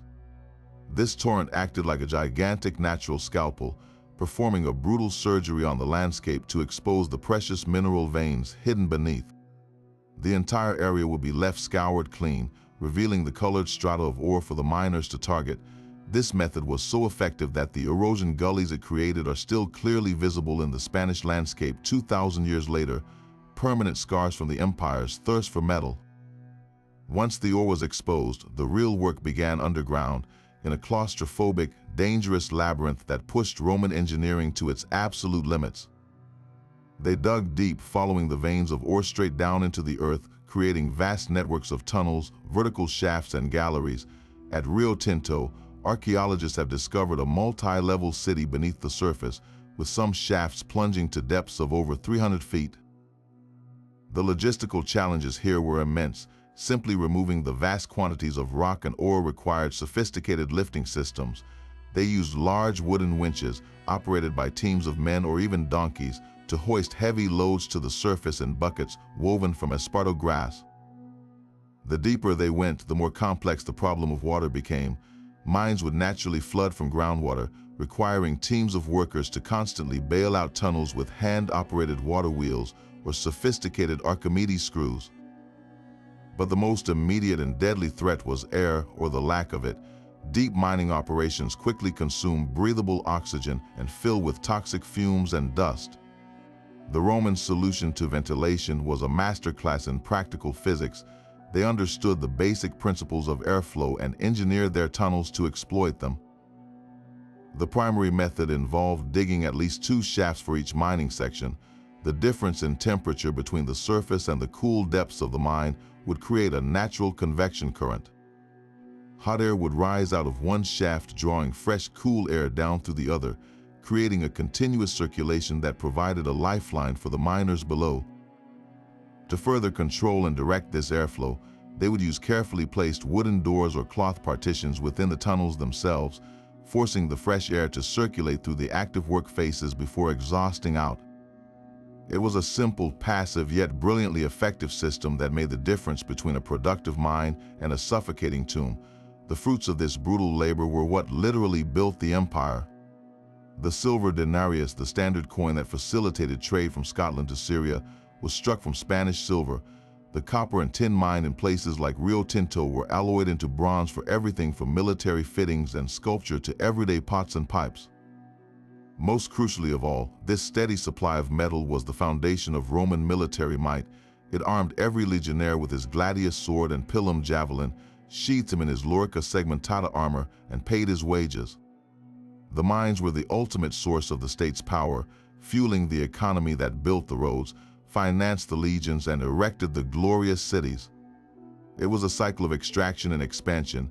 Conquest provided new mines whose wealth funded further conquest. This dark subterranean world of fire, water, and human toil was the indispensable, if unglamorous, foundation for all the splendor that glittered in the sun above. But to truly understand the Roman genius for building, we must look beyond individual marvels and see the bigger picture.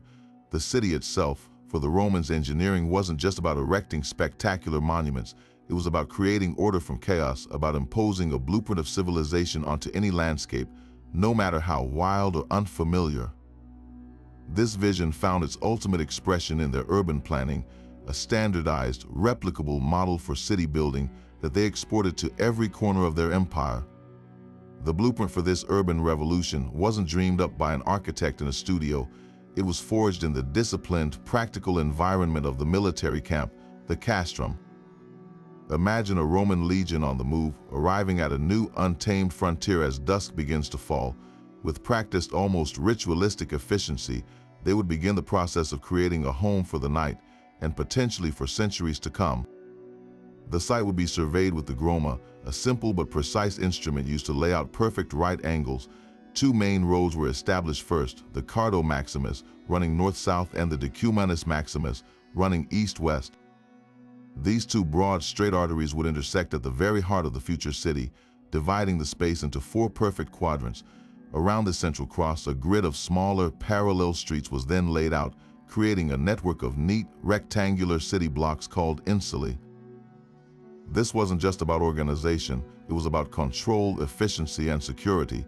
A city laid out in such a rational grid was easy to navigate, easy to administrate, and nearly impossible to trap an army in. From this martial origin sprang the DNA of hundreds of Roman cities, a testament to how military pragmatism could birth civic beauty. Now let's bring this blueprint to life by walking through the streets of a preserved example, like Timgad in modern-day Algeria. Founded around 100 AD by Emperor Trajan as a colony for retired veterans, Timgad is a textbook example of Roman urban planning frozen in time. As you approach, the first thing you notice is the perfect square of its outer walls. Passing through the main gate, you step directly onto the soaring, colonnaded expanse of the Decumanus Maximus, paved with massive stone slabs. To your left and right, the smaller cardines create a dizzyingly regular chessboard of city blocks. Every element has its designated place. Over there, the grand public baths with their echoing vaults. Here, an elegant theater carved into a hillside for optimal acoustics. And at the very intersection of the two main roads, the bustling forum, the political, commercial, and social heart of the city, surrounded by a basilica for law, temples for worship, and curia for government. Timgad wasn't an organic, messy growth of a town. It was a prefabricated idea of urban life, dropped onto the North African landscape, proving that Roman civilization was a package deal you could unpack anywhere. The genius of this plan, however, wasn't just in the grand axes and public squares. It was in the thoughtful, human-scale infrastructure that made daily life not just possible, but pleasant. The streets themselves were engineering marvels. They were paved with durable basalt blocks, fitted together so tightly that weeds struggled to grow between them. But more impressively, they were built with a purpose. The raised sidewalks, or crepidines, protected pedestrians from the mud and waste in the street, while stepping stones at intersections allowed people to cross without getting their feet wet, with gaps precisely spaced to let the wheels of carts pass through unimpeded. This attention to detail extended to what you couldn't see. Beneath those very sidewalks ran a complex web of lead and terracotta pipes, part of that brilliant pressurized water system we discussed earlier, delivering fresh water to public fountains, baths, and even the homes of the wealthy. And below that, often in a separate channel, ran the sewer, efficiently carrying waste away from the population center. This multi-layered use of space, a street for traffic, a sidewalk for people, a subterranean world for water and waste, demonstrates a holistic approach to city living that wouldn't be matched for over a millennium. This commitment to public health and civic welfare was the true engine of Romanization. A person living in a conquered territory might initially resent their new overlords, but the benefits of Roman urban life were a powerful persuader. The reliable, clean water from the aqueduct-fed fountains meant a drastic reduction in waterborne diseases. The excellent roads connected their town to a vast trade network, bringing new goods and opportunities. The public baths offered a place for hygiene, socializing, and business deals in luxurious surroundings, and the sheer grandeur of the architecture, the temples, the basilicas, the theaters constantly reinforced the power, wealth, and sophistication of the Roman system. A city like Pompeii, though tragically preserved by disaster, shows us this vibrant urban life in incredible detail. Its streets are worn with the ruts of countless carts, its walls are plastered with political campaign notices and advertisements for gladiatorial games, and its shops and bakeries open directly onto the sidewalks, inviting commerce and conversation. This was the ultimate goal of the Roman urban blueprint, to create a functional, healthy, and aspirational environment that would naturally assimilate diverse peoples into a single, cohesive Roman identity, turning conquered subjects into willing citizens through the irresistible appeal of a well-planned life. It's a humbling thought, but the world we live in today, the very shape of our modern cities, the roads we drive on, the water that flows from our taps, bears the unmistakable imprint of Roman engineering. Their legacy isn't confined to history books or tourist destinations. It's woven into the fundamental principles that guide how we build our world. The Roman approach to problem solving, their insistence on durability, and their mastery of materials created a blueprint for civilization that we have been following, often unknowingly, for 2,000 years. Consider the very ground we travel on. The extensive network of roads the Romans built didn't just vanish with the empire. For centuries, these stone highways remained the best overland routes in Europe. Medieval merchants, pilgrims, and armies didn't blaze new trails through the wilderness. They walked and rode on the roads the legions had built. The Via Appia, the Via Aurelia, and countless others simply became the roads to Rome, their foundations so solid that they dictated the flow of travel, trade, and communication for over a millennium. The routes of these ancient highways often evolved into the major thoroughfares of modern Europe. When you drive through the countryside in France or Italy and find yourself on a long, straight road, there's a very good chance you are tracing the path of a Roman surveyor who laid that line with a Groma centuries ago. This infrastructure was so permanent that it effectively set the stage for the economic and cultural connections that would define the continent, proving that the most enduring engineering isn't always the most glamorous. It's the groundwork that literally supports everything else. Perhaps the most dramatic rediscovery of a lost Roman technology was that of hydraulic cement. After the fall of the empire, the secret of pozzolana-based concrete that could set underwater was lost for over 1,000 years. Builders in the Middle Ages and Renaissance reverted to weaker, less durable mortars. The turning point came in the 1700s and early 1800s, when British and French engineers, struggling to build lighthouses and harbors that could withstand the fierce sea, began to systematically study the indestructible Roman maritime structures they saw across the Mediterranean. Figures like John Smeaton in England, who needed a water-resistant mortar for the Eddystone Lighthouse in 1759, and Louis Vicat in France, who began experimenting with lime and volcanic ash, painstakingly reverse-engineered the Roman formula. Their work directly led to the invention of modern Portland cement in the 1820s, the key ingredient in the concrete that built our modern world, from skyscrapers and bridges to dams and tunnels. The entire global construction industry rests on a foundation of rediscovered Roman knowledge, a testament to the sheer sophistication of their material science. The principles behind their most iconic structures are equally foundational. The arch, perfected by the Romans and scaled into the mighty aqueduct, is everywhere you look. Its ability to channel immense weight into supporting piers is the reason Grand train stations like Grand Central in New York or St. Pancras in London can have such vast open interiors. Their soaring iron and glass roofs are supported by a skeletal framework that is, in essence, a series of interconnected arches. The same goes for the domes of countless Capitol buildings, which all owe a debt to the Pantheon's pioneering design. The concept of bringing fresh water from distant sources via gravity-fed systems is the entire basis of modern municipal water supply. While we use pipes of steel and plastic instead of stone channels, the core engineering challenge and solution, finding a clean source, surveying a gradual descent, and distributing it under pressure, is identical to what Roman aquarii mastered.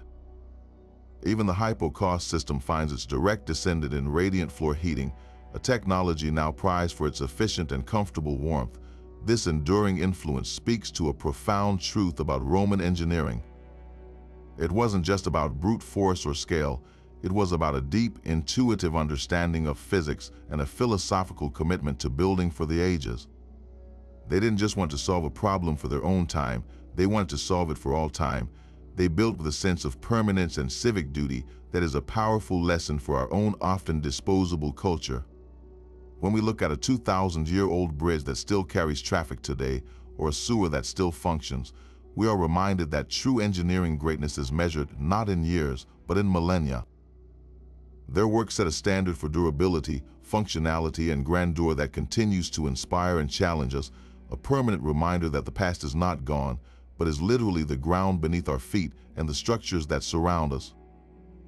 Yet for all we understand about their achievements, Roman engineering is still shrouded in compelling mysteries, a series of puzzles that have baffled historians and scientists for centuries. How could a civilization so meticulous in its record-keeping, so advanced in its methods, allow the formula for its most revolutionary material to simply vanish? The loss of true Roman concrete is one of history's great enigmas. For over 1,000 years, builders attempted to replicate its strength and couldn't. One prevailing theory suggests it wasn't a single catastrophic event that erased this knowledge, but a slow, gradual fragmentation of the system that created it. The Roman industrial machine was a vast, interconnected network. The pozzolana ash from Pozzuoli was shipped across the Mediterranean in a dedicated fleet. The lime was produced in massive kilns requiring a steady supply of fuel and skilled labor. The entire process was managed by state-sponsored guilds with deep, specialized knowledge passed down through generations. As the empire fractured, these sophisticated supply chains broke down. The knowledge became localized, then diluted, and eventually faded away as the institutions that nurtured it collapsed. It's also possible the recipe was simply too advanced for the less centralized economies that followed. The Roman world could marshal resources on an imperial scale. The smaller kingdoms that emerged could not, and perhaps the complex process of hot mixing and using specific volcanic ash was lost out of sheer necessity, replaced by simpler, if vastly inferior, alternatives. Another tantalizing mystery lies in their almost supernatural ability to survey the landscape. How did they plot the course for an aqueduct like the Aqua Marcia, stretching over 59 miles, while maintaining a gradient that drops only 1 foot for every mile of channel? Their primary tool was the chorobates, a 20-foot-long wooden frame with water-filled channels and plumbobs to establish a level plane. While effective over short distances, using it to chart a path across rolling hills and valleys for dozens of miles seems almost impossible to our modern minds. The secret likely wasn't in a single magical instrument, but in a relentless, iterative process of measurement. Teams of surveyors would have worked in sections, using a series of carefully placed sighting poles and the chorobates to painstakingly chart a course inch by inch, creating a continuous chain of elevation points across the countryside. They may have also used a simple but effective water level system, where 2 synchronized teams on adjacent hilltops could use coordinated signals to establish a level line between them. The real genius was their holistic understanding of the terrain. They weren't just technicians reading a tool, They were masters of hydrology and geography who could read a landscape and intuitively predict the best path for water to flow, using their instruments to confirm their calculations rather than to invent them. Even more perplexing are their feats of alignment. The famous Pont du Gard aqueduct is not only perfectly level, but its builders also managed to align the entire structure arrows straight for long sections. How did they achieve such precision without telescopes or laser guides? They almost certainly used a simple sighting instrument called a dioptra, a precursor to the theodolite, which could measure horizontal and vertical angles. But the true answer might be even more straightforward: fire and water. At night, engineers could have used a series of aligned beacon fires to establish a straight line across great distances. For leveling, they might have employed massive interconnected water channels to physically visualize a level plain over a long distance. These methods would have been slow and required immense patience, but they were well within the capabilities of Roman organization and determination. The absence of complex technology makes their achievements all the more impressive. It was a triumph of systematic process and relentless verification over high-tech gadgetry. The investigation into these mysteries is far from over. It's a living, breathing field of science. Today, archaeologists are using tools the Romans could never have imagined to finally understand their secrets. Advanced spectroscopic analysis is being performed on concrete samples, revealing the complex chemical reactions at a Chinese letter SCALE that give the material its self-healing properties. Ground-penetrating radar and LiDAR are being used to map the subterranean paths of aqueducts and tunnels without a single shovel breaking ground, revealing new details about their construction sequence. These high-tech probes are complementing the painstaking work of traditional archaeology, where careful excavation of a site like the Port of Claudius can reveal the wooden forms used for pouring underwater concrete, telling us exactly how they build out into the sea. Each new discovery adds another piece to the puzzle, but it also deepens our admiration. The Romans weren't wizards, they were brilliant engineers whose methods we are only now beginning to fully appreciate. Their lost techniques whisper to us from the past, reminding us that true genius often lies not in complexity, but in a profound and elegant understanding of the natural world. But this incredible legacy of stone and ingenuity is wrapped in its own set of modern myths, stories we tell ourselves that often simplify the far more complex and fascinating reality. It's time to separate the historical fact from the popular fiction and add a crucial layer of nuance to our understanding of Roman engineering. One of the most persistent and problematic myths is the idea that these marvels were built almost exclusively by vast armies of slaves, driven by the lash under the scorching sun. While slavery was undoubtedly a grim and integral part of the Roman economy, the construction of their most technically sophisticated projects was a different matter entirely. The intricate work of designing arches, mixing specialized concrete formulas, surveying aqueduct routes, and carving precision stonework required a highly skilled and experienced workforce. These were not tasks that could be entrusted to unskilled, coerced labor. The true backbone of Roman construction was a vast class of professional, paid artisans and engineers, the fabri. These were free-born citizens, freedmen, and even skilled slaves who were often compensated for their expertise. They were organized into guilds or collegia, which functioned like modern trade unions, protecting their interests, managing apprenticeships, and ensuring the transmission of knowledge from one generation to the next. A project like the Pantheon's dome or the complex hydraulics of the baths of Caracalla would have been overseen by a master architect, a magister operis, who worked from detailed plans and directed specialized teams. There would have been lapidarii for stone cutting, structors for masonry, aquarii for water systems, and tignarii for carpentry. These men took great professional pride in their work, and we even find their names sometimes etched into the bricks or stones they laid, a permanent signature on their immortal achievements. Slaves and unskilled laborers certainly performed the backbreaking work of quarrying and hauling raw materials, but the engineering brilliance itself was the product of trained, respected, and often well-compensated craftsmanship. Another oversimplification is the notion that the Romans were unparalleled inventors who conjured these concepts from thin air. The more accurate and perhaps even more impressive story is that they were history's greatest innovators and perfecters. They had a remarkable talent for recognizing a good idea from another culture, adopting it, refining it, and then scaling it up to an unprecedented level. The arch, for instance, was used by earlier cultures like the Etruscans and Egyptians, but it was the Romans who fully understood its compressive strength and standardized its use, turning it from a decorative feature into the fundamental structural element that could support aqueducts, amphitheaters, and colossal domes. Their concrete technology was a revolutionary improvement upon earlier Greek and Near Eastern lime mortars, supercharged by the discovery of volcanic pozzolana. Even their famed road-building techniques likely evolved from it, Etruscan and Carthaginian precursors. What set the Romans apart was not raw invention, but their systematic approach, their logistical genius, and their unwavering commitment to practicality and durability. They took scattered sparks of innovation from across the Mediterranean and fanned them into a brilliant, enduring flame. They were the master synthesizers of the ancient world, combining Greek theoretical knowledge with a uniquely Roman talent for large-scale organization and practical application. This doesn't diminish their accomplishments, it enhances them.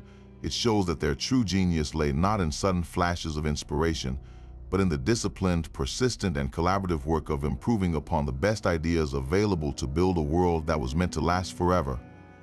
From the self-healing concrete that defied the sea to the gravity-defying aqueducts that conquered mountain valleys, and from the soaring dome of the Pantheon that captured the heavens to the labyrinthine sewers that cleansed a city, the engineering prowess of ancient Rome represents a breathtaking convergence of ambition, organization, and raw ingenuity. We've journeyed across an empire built not just with stone and mortar, but with a visionary understanding of physics, a relentless drive for efficiency, and a profound belief in creating a legacy meant to endure for all time. They were master synthesizers, taking ideas from across the ancient world and scaling them into something truly monumental. They were pragmatic problem solvers, applying the same rigorous principles to public health in the baths as they did to destructive power in their siege engines.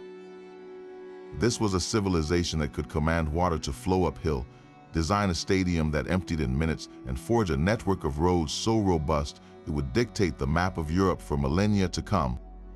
What is perhaps most astonishing is how this ancient expertise continues to whisper to us, challenging our modern assumptions.